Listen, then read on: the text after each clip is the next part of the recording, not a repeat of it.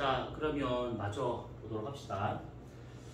자, 그래서 5번 문제와 같은 경우는 이제 그렇게 보면 될 것 같고, 자, 그 다음에 8번 문제를 잠깐 보시면, 여기 나오는 8번 문제. 방금 했었던 내용이 이해가 되면 이제 요것도 금방 이해됐을 거라 믿어요. 자, 지구의 기후를 변화시킨 요인이다.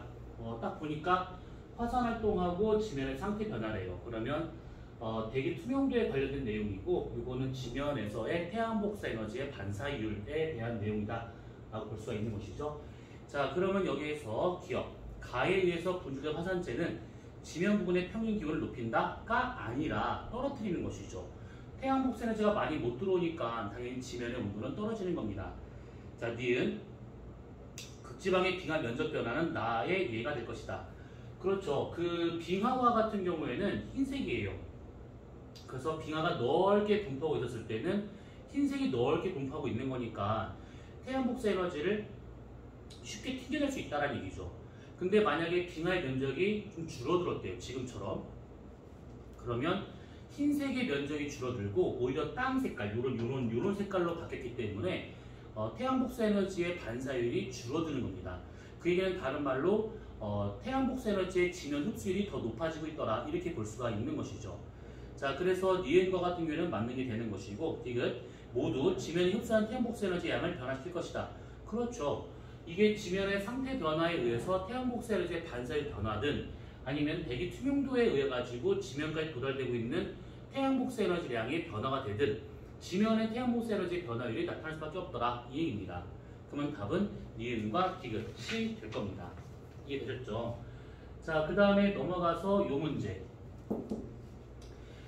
자, 요것이 지금 얘기했었던 어떤 화산 분출에 의해서 생길 수 있는 직접적인 어떤 기온 변화다라고 볼 수가 있는 겁니다. 지금 이게 잘 안 보이면 프린트를 보세요. 자, 우선은 가는 피나투보 화산인데 필리핀에 있었던 피나투보 화산이 지금 나타난 그 시기를 지금 그 그래프로 표현하고 있는 겁니다. 자, 그래서 화산 분화 시기가 1991년 바로 전입니다. 그래서 보통은 이제 이렇게 되고 있는 상황인데, 그때 이후부터 해가지고 기온 변화가 점점 떨어지는 줄이죠. 이렇게 여기서 분화가 됐을 때를 기준해서 점점 떨어지는 줄입니다.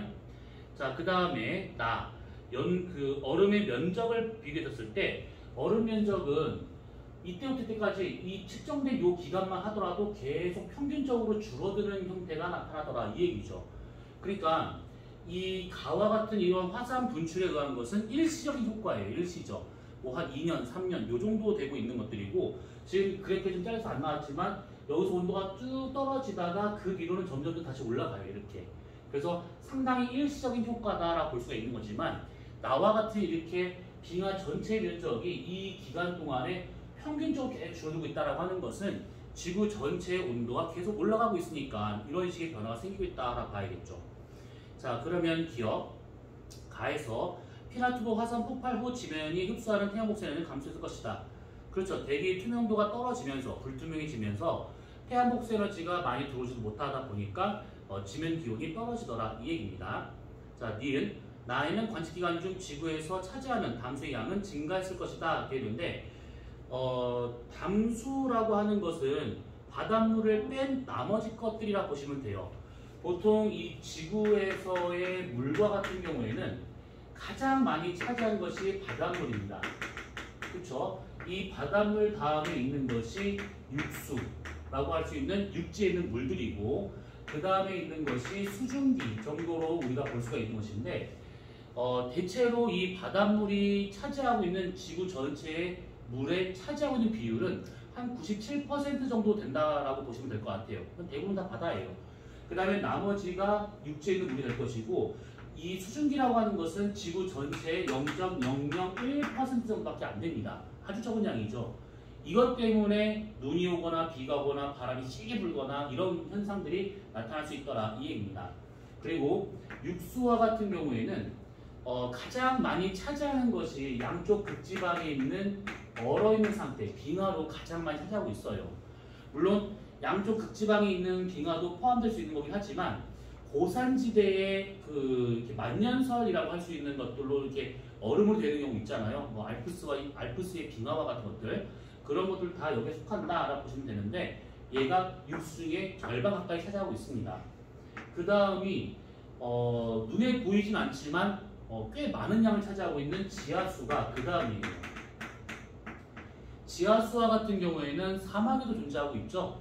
그 사막에 있는 지하수가 물 밖에 드러난 물 웅덩이, 이것을 우리가 오아시스라고 하고 있는 겁니다. 그래서 사막 저 깊은 곳, 지친 저 깊은 곳에서도 지하수가 나타나고 있더라, 이렇게 볼 수가 있는 것이고, 그 다음에 눈에 띄는 강이라든지 호수의 형태로 이렇게 우리 눈에 드러나고 있다, 이 뜻입니다. 물론 강과 호수 중에 누가 더 많아요? 그러면 당연히 강이 더 많죠. 여러분들이 한번 생각해 보세요. 강을 많이 봤어요? 호수를 많이 봤어요? 물론 낚시하는 그런 민물 낚시터 같은 경우는 사람이 일부러 만든 것이고, 자연적으로 생기는 호수는 그리 많지 않습니다. 강이 훨씬 더 많아요. 자, 그러면 니은과 같은 경우에 이 기간 중에 지금 담수의 양이 증가하였다라고 하는 것은 좀 말이 안 되는 게, 빙하의 면적이 줄어들었대요. 그러면 빙하가 녹았대요. 그럼 빙하 녹았으면 그럼 이거 지하수나 강으로 들어가는 거 아닌가요? 그럴 수도 당연히 있겠죠. 당연히 그럴 수도 있겠죠. 그런데 보통 우리가 물 순환을 생각한다 치면 여기가 바다예요.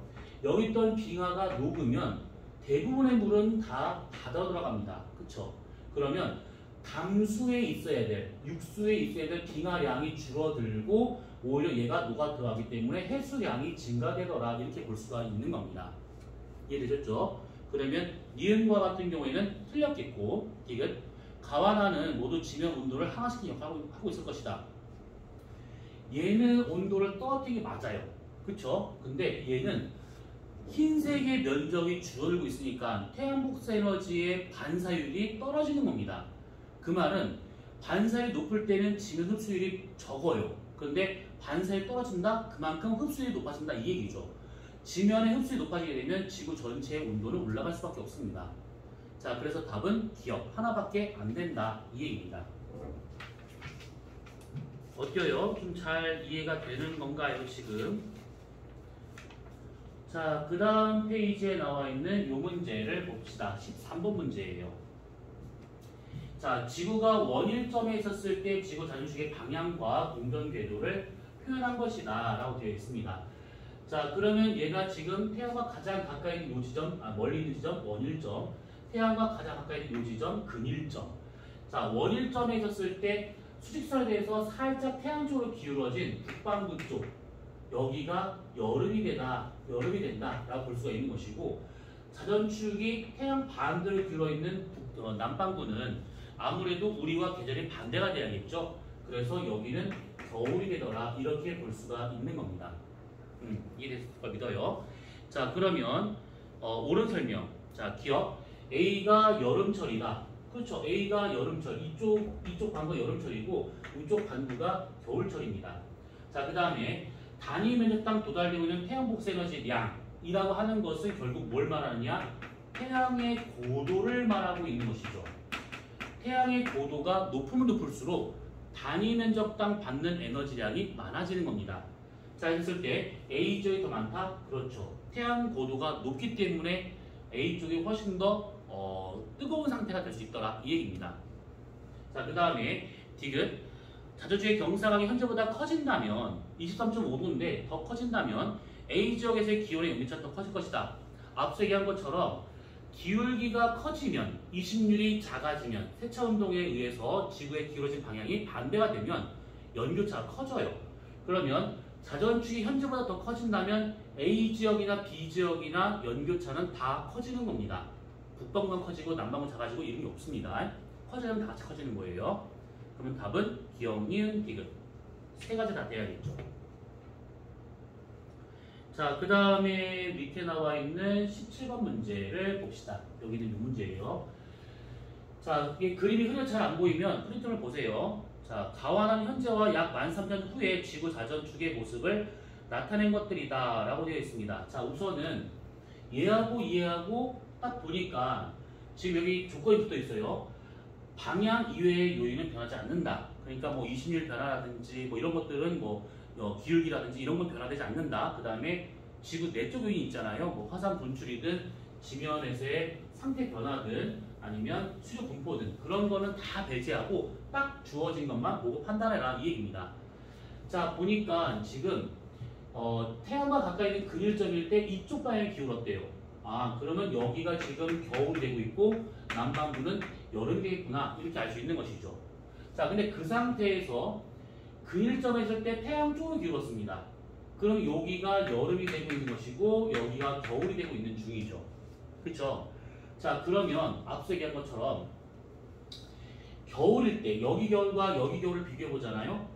가까이 있을 때 겨울이고 그 다음에 그리고 남반구를 얘기하면 더 헷갈리는구나. 남반구 하지 말고요. 이렇게 여기가 이제 북반구 겨울입니다. 겨울이고 북반구 여름이에요. 그쵸? 그러면 가까이 있을 때 겨울이 되고 있는 시점과 멀리 있을 때 가까이 있을 때 여름 된 시점하고 비교할 수 있는 것이죠.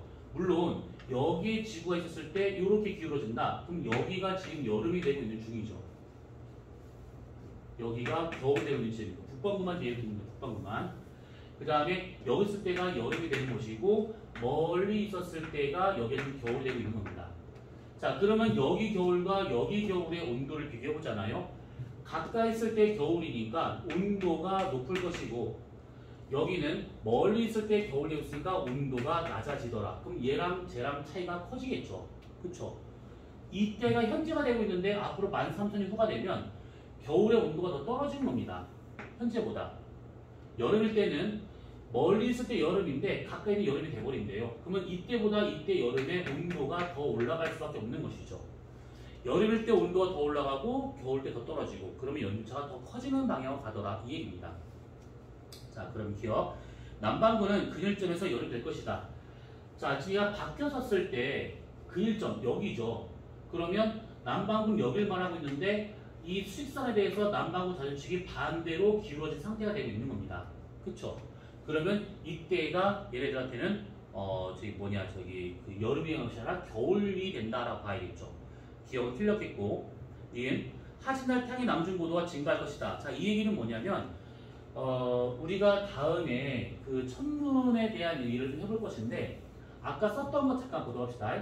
태양의 고도 h는 90도 빼기 관측자가 서 있는 곳의 위도 플러스 마이너스 기울기라고 했었는데 요거는 그냥 천문을 하지 않으면 이렇게 봐도 충분해요. 그런데 사실은 이게 아니라 뭐냐면 플러스 적위라고 하는 것을 더해주는 겁니다. 적위.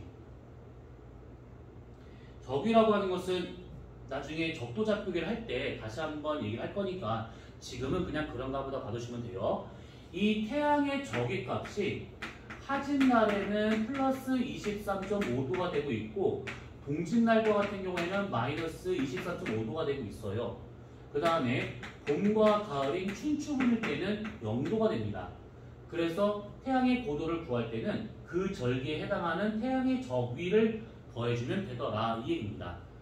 자, 그러면 지금 받았을 때 하진날 태양의 남중고도가 증가한다 라고 하려면 하진날 이 태양의 적위 값이 바뀌어야 된다는 뜻이고 그 얘기는 지구 자전축 기울기가 바뀌어야 된다라는 얘기입니다. 근데 여기서 이거 외에는 변화되지 않는다라고 가정했기 때문에 지구 자전축 기울기는 똑같다. 그러면 하진날 태양의 남중고도나 동짓날 태양의 남중고도나 별 차이가 없더라. 똑같더라 라고 볼 수 있는 것이죠. 그러면 니에는 틀린 게 되는 겁니다. 남중고도라고 하는 것은 남쪽 중앙에 있을 때 고도, 하루 중 가장 높은 고도를 의미하고 있는 겁니다. 되셨죠? 자, 디귿 북반구 겨울철 지구에 입사하는 태양 복사 양은 감소할 것이다. 자, 겨울철에 태양 복사 에너지가 적게 들어온대요. 다른 말로 온도가 떨어진다 이 얘기죠. 다른 말로 연교차가 커진다 이 얘기입니다. 그러면 답은 디귿 하나밖에 안 된다라는 얘기입니다. 이해되셨죠 이거는?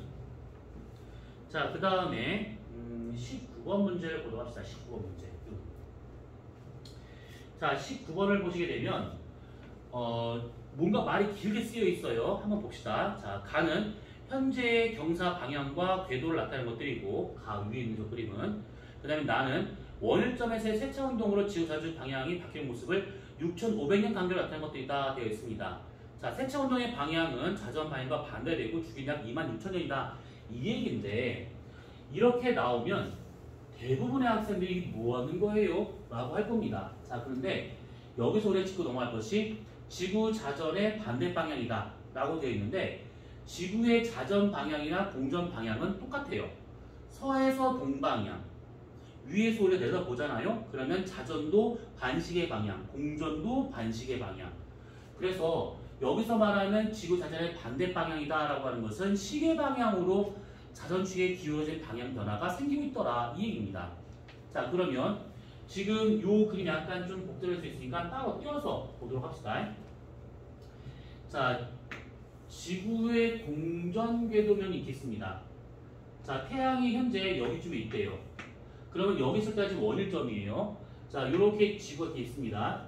자, 우리가 지구를 옆에서 본 저런 그림을 그리지 말고 북극 위로 올라가서 내려다보는 그림이라고 가정합시다. 그러면 현재 이 북반구 쪽의 자전축의 방향은 태양 쪽으로 기울어져 있습니다. 이쪽으로. 현재. 이해되셨죠?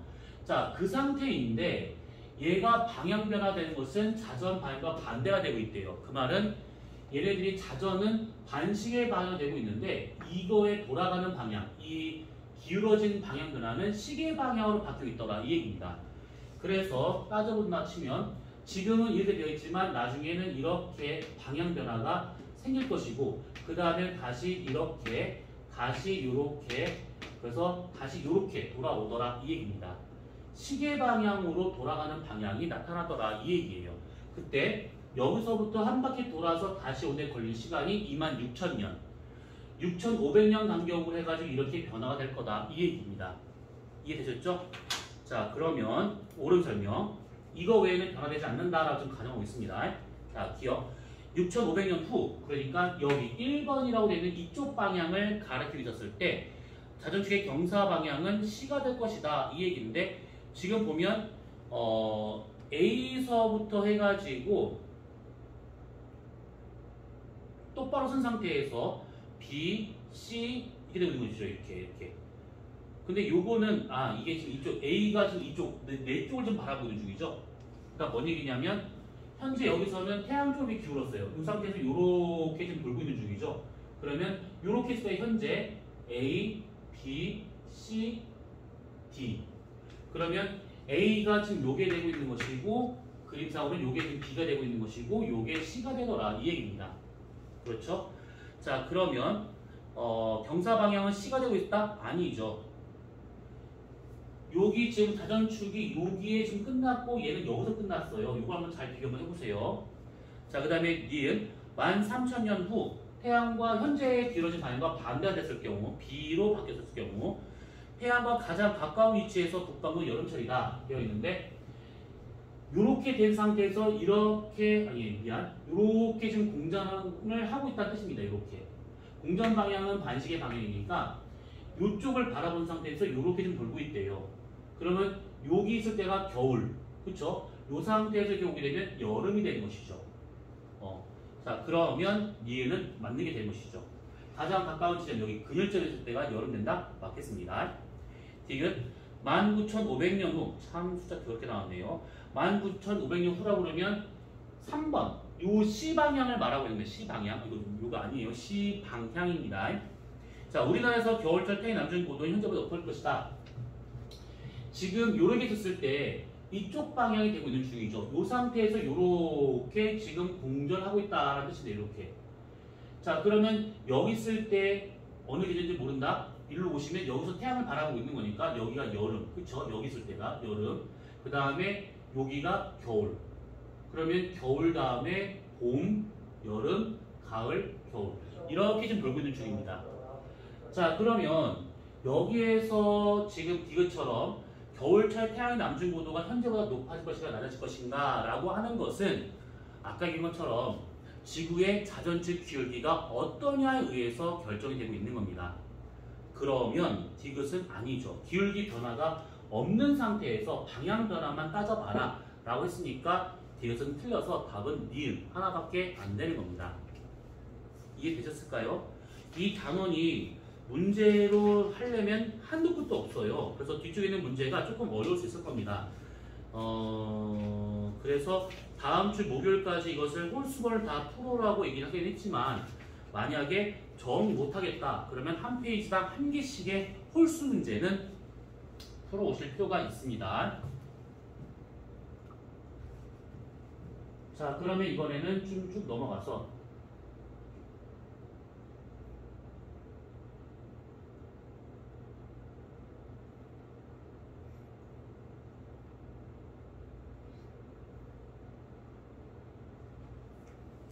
몇 번 문제냐면 75번 문제입니다.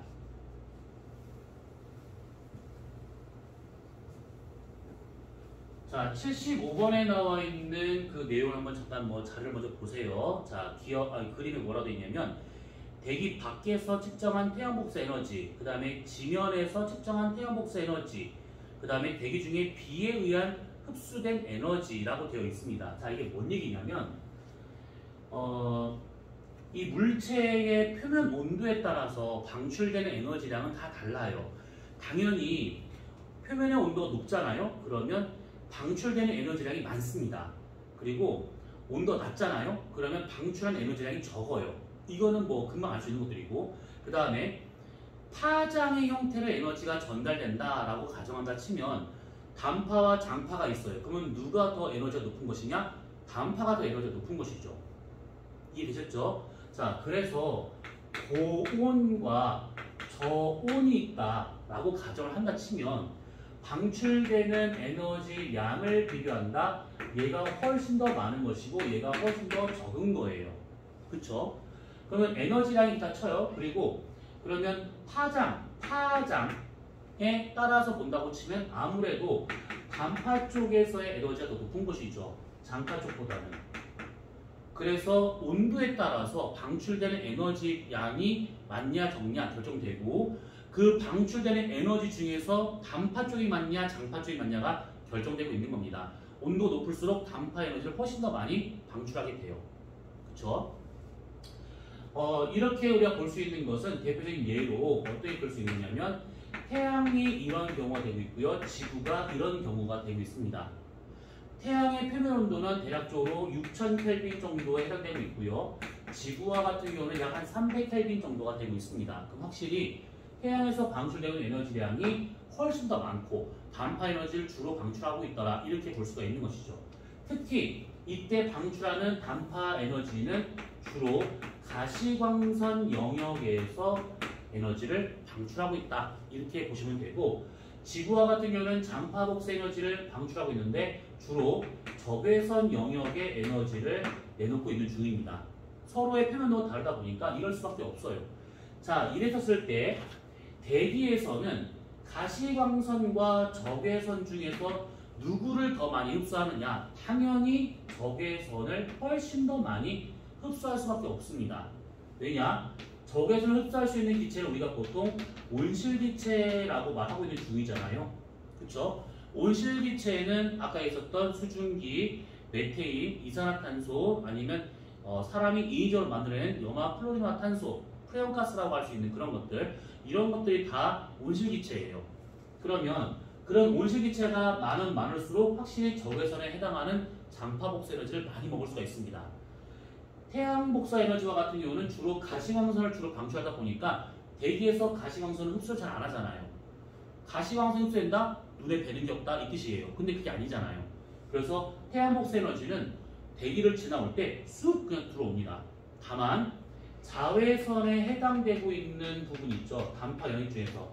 이 자외선과 같은 경우는 오존층에 의해 가지고 흡수가 되고 나머지 것들은 전부 다 지구로 들어오고 있더라, 이렇게 생각하시면 되는 겁니다.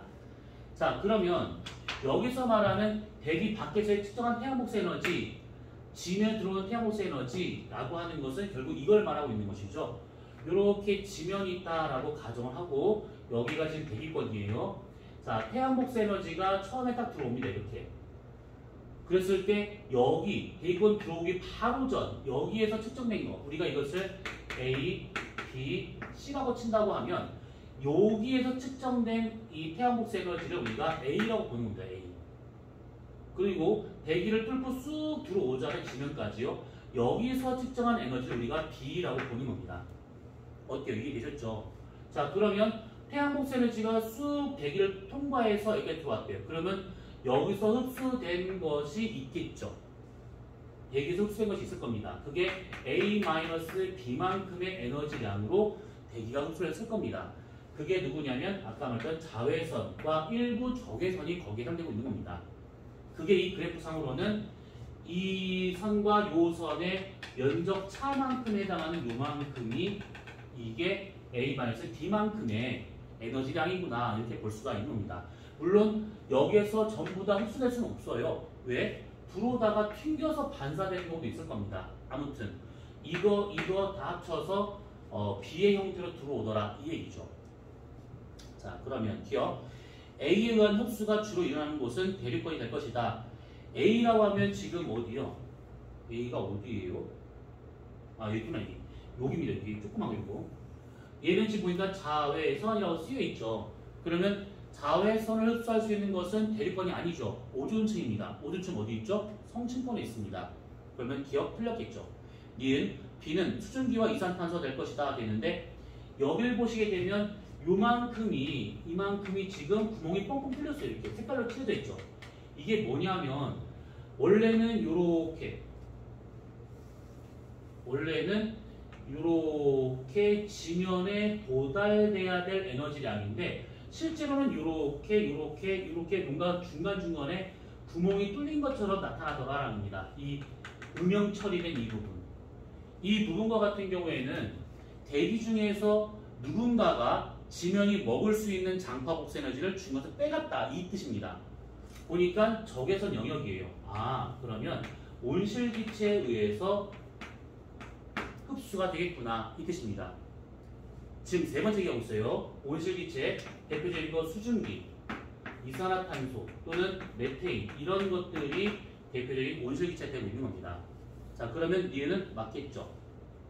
디귿 태양 복사 에너지 중 1.4 마이크로미터 파장은 대기의 흡수율이 0% 될 것이다 되는데 1.4에 해당되고 있는 거라 하면 여기에 지금 속하고 있는 여기 음영 처리된 여기를 지금 말하고 있는 겁니다. 그러면 대기의 흡수율이 0%다? 아니죠. 지금 여기가 태양 복사 에너지, 얘가 지구 복사 에너지, 그러면 요만큼이 지금 붕 떴어요.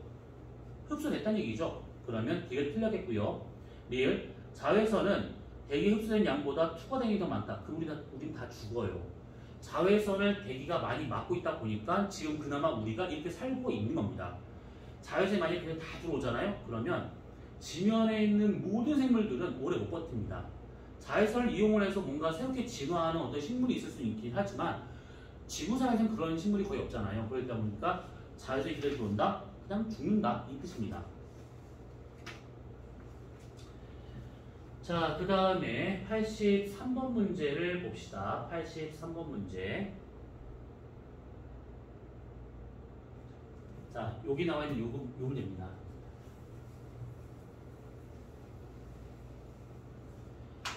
자, 복사 평형을 알아보기 위한 실험이다 라고 되어 있습니다. 자, 복사 평형이라고 하는 것은 그냥 단순하게 생각하시면 돼요. 복사, 대류 전도 복사, 그쵸? 복사, 전자기파의 형태로 매질의 온도를 올리는 현상을 말하고 있는 것이죠. 자, 그랬었을 때 이 복사 평형이다라고 하는 것은 복사 에너지로 들어오고 복사 에너지로 나가는 출이이 같은 상태를 말하고 있는 겁니다. 복사 평형 상태예요. 그쵸? 그 다음에 가의 실험 모양을 보게 되면 검은색으로 칠한 알루미늄 컵에다가 전등을 지금 쏘이고 있는 중입니다. 자, 그럼 이 얘기는 뭐냐면 흰색일 경우에는 반사를 많이 하니까 내부 온도가 빠르게 증가하지 않아요. 그런데 확실히 검은색을 칠하면 흡수율이 높겠죠. 그래서 내부 온도를 빨리 증가시킬 수 있더라 이 얘기입니다. 자, 그러면 기억 알루미늄 컵에서 방출되는 에너지의 양은 T1일 때가 2일 때보다 더 적을 것이다 되어 있는데 T1과 T2 자 우선은 여기에 도달하기 전까지는 온도가 계속 올라가고 있대요. 그럼 이 얘기는 뭐냐? 흡수되는 양이 있다는 뜻이죠. 그럼 방출량 어떨까요? 없나요? 있죠. 흡수되는 것만큼 방출되는 것까지는 아니더라도 이 구간 내에서는 방출되는 양과 그 다음에 입사되는 양, 들어온 양의 관계를 보게 되면 방출량 이렇게 하지 말고 들어오고 나가는 양 들어오고 나가는 양을 비교해 보잖아요. 그러면 들어온 양이 많다 보니까 나가는 양보다 많다 보니까 온도가 올라가고 있는 중입니다. 그렇죠?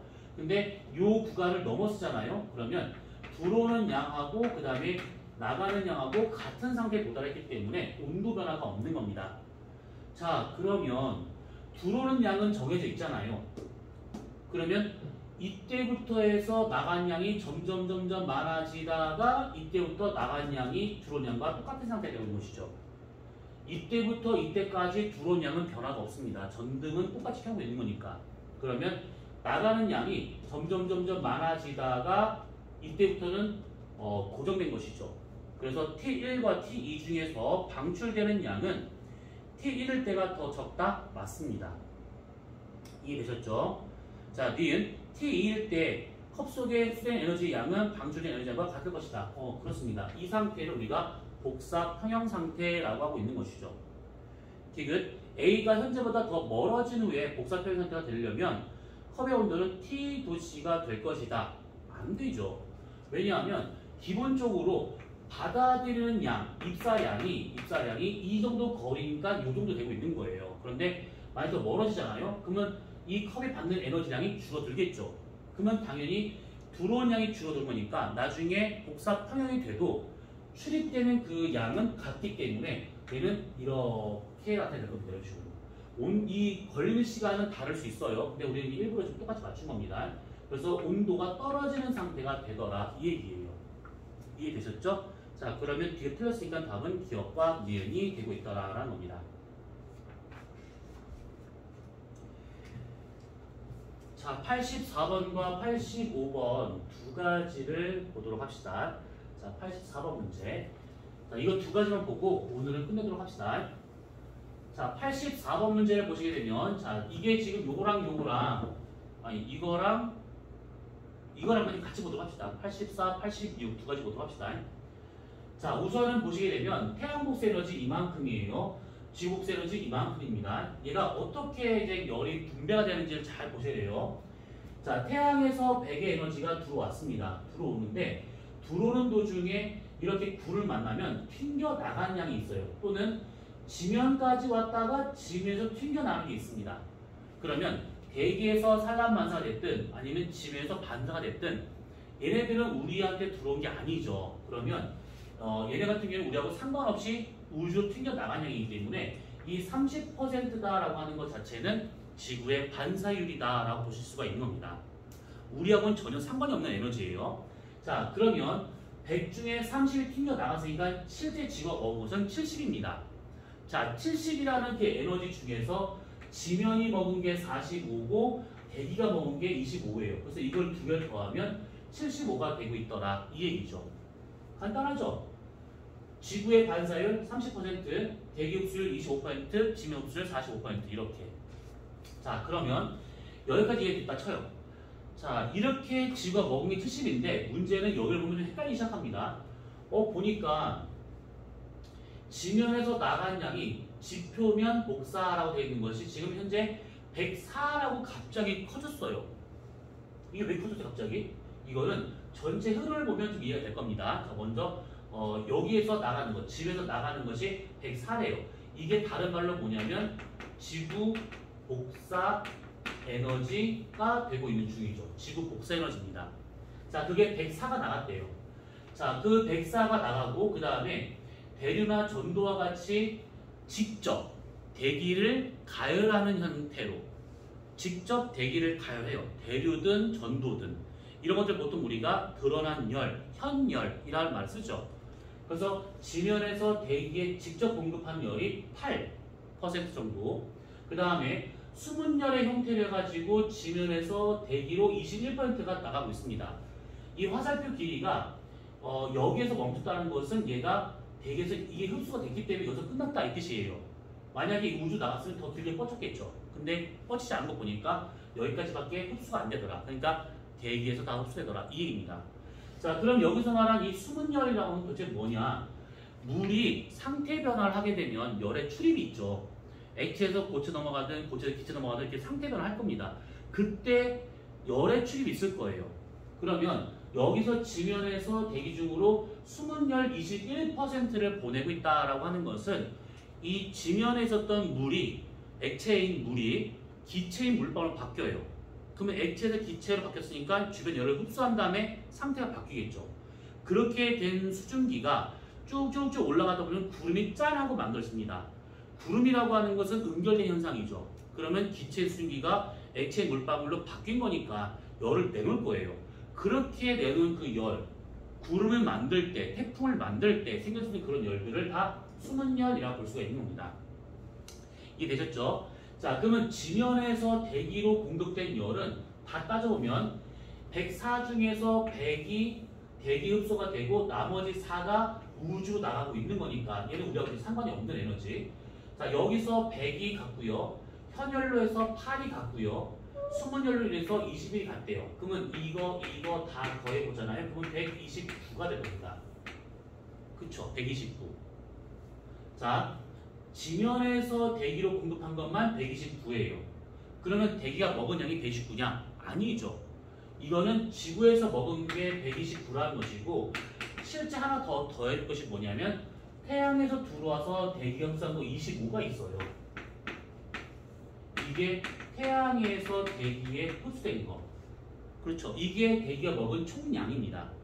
그래서 이걸 더하게 되면 129 더하기 25, 154가 되더라. 이게 전체 대기가 갖고 있는 에너지량이 되고 있는 겁니다. 자, 그럼 154 중에서 대기가 154라는 이 에너지를 갖고 일부는 우주로 보내고 일부는 지면으로 다시 보냅니다. 그래서 둘을 더하면 154가 되고 있는 중이죠. 이해되셨죠? 자, 그러면 한번 검사 한번 해봅시다. 154 중에서 우주 나가는 게 66이에요. 지면 복사 104 중에서 100은 대기가 먹었고 나머지 4가 나가고 있대요. 그러면 지구에서 결과적으로 나간 에너지량은 66 더하기 4가 되고 있으니까 이게 70이 되더라 이 얘기죠. 아까 들어온 것 중에서 70은 지구로 들어왔어요. 30은 튕겨나갔지만 그래서 70이 먹은 양이니까 당연히 나가는 것도 70 되더라 이거예요. 들어오고 나간 양이 맞으면 되는 겁니다. 그 다음에 지면 입장에서 본다 치면 지면이 흡수한 에너지의 총량, 지면이 먹은 에너지의 총량, 대기에서 얘를 가열한 거 88, 그쵸? 근데 이게 끝이 아니죠. 태양에서 들어온 거 45, 요거랑 더하게 되면 133. 지면이 먹은 에너지의 총량은 133이에요. 태양 복사 에너지가 45, 대기 복사에서 88. 그래서 둘이 합쳐서 133. 들어온 게 133이니까 나가는 것도 133. 한번 검사해 봅시다. 지구 복사 에너지로 104, 현열로 8, 수문열 21. 요거 세 개 다 더하게 된다고 하면 133이 나오죠. 그래서 들어온 양이 133이니까 나가는 것도 133. 똑같죠? 그러면 대기 입장도 마찬가지죠. 대기가 먹은 양 이거 요거죠. 그 다음에 태양에서 먹은 거 요거죠. 둘이 합치면 154. 154가 우주와 지면으로 각각 나가더라. 똑같죠. 그래서 이 지구의 복사 평형은 지구 전체 입장이나 대기 입장이나 지면 입장이나 어디를 보더라도 숫자가 맞게 떨어져야 되는 겁니다. 이해됐을 거라 믿어요. 숫자를 보면 헷갈릴 수 있을 것인데 돌아가는 그 원리를 이해하고 있으면 좀 괜찮을 겁니다. 자, 그럼 기억. 지구는 태양 복사 에너지의 70%를 반사하고 있다. 아니죠. 70을 반사한 것이 아니라 30을 튕겨낸 겁니다. 요거. 그러면 기억 틀렸겠고, 니은. 대기는 흡수한 에너지량과 방출한 에너지 같을 것이다. 그쵸? 흡수한 양 154, 방출량 154 똑같은 겁니다. 니은 맞겠고요. 디귿. 지면보다 대기에서 방출한 복사 에너지량이 더 적을 것이다. 지면에서 하고 그 다음에 대기에서 방출하는 복사 에너지량을 한번 비교해 보는 겁니다. 자, 지면에서 방출하는 양, 다른 말로 지면이 흡수한 양 133. 대기가 방출하는 양, 다른 말로 대기가 흡수한 양 154. 누가 더 많아요? 이가 더 많죠. 그러면 지면의 방출량보다 대기 방출량이 더 많다라고 보는 겁니다. 그래서 디귿 틀렸죠. 답은 니은 하나밖에 안 되는 겁니다. 자, 마지막 한 문제만 보고 진짜 끝내도록 합시다. 토 나올 것 같아요. 자, 85번 문제입니다. 방금 봤었던 것이 이해가 되면 이 그림도 이해가 될 거다라고 믿어요. 자, 옳지 않은 설명이에요. 자, 1번 A는 주로 적외선 복사로 방출될 것이다 되어 있는데 A가 뭐냐면 대기에서의 복사를 말하고 있는 것이죠. 요거. 그러면 대기의 온도가 낮잖아요. 그쵸? 이게 지금 현재 대기의 온도는 아까 말한 것처럼 300켈빈 정도밖에 안 됩니다. 그러다 보니까 여기서 나가는 것은 장파복쇄로 나가게 돼요. 그래서 1번과 같은 경우는 맞겠고요. 2번 태양 복사 30%는 우주로 반사된다. 들어온 100% 그러니까 여기 대기권 밖에서 측정한 것이 100%인데 구름이나 이거에서 반사된 게 20이고 지면 반사가 5 더해서 30% 이게 지구의 반사율이죠. 그러면 2번 맞겠고요. 3번 지구는 전체적으로 복사 평형 상태다. 지구 전체는 대기 입장이든 지면 입장이든 복사 평형 상태가 되고 있는 겁니다. 맞죠? 4번 지면에서 잔열로 방출되는 에너지는 8%다. 잔열, 다른 말로 숨은 열.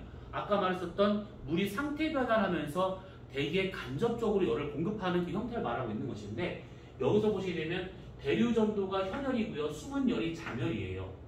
그래서 요거 21% 되고 있으니까 답은 4번이 돼야겠죠. 5번 대기가 지면에서 받는 에너지는 129가 될 것이다. 대기가 지면에서 받는 거 104, 8, 21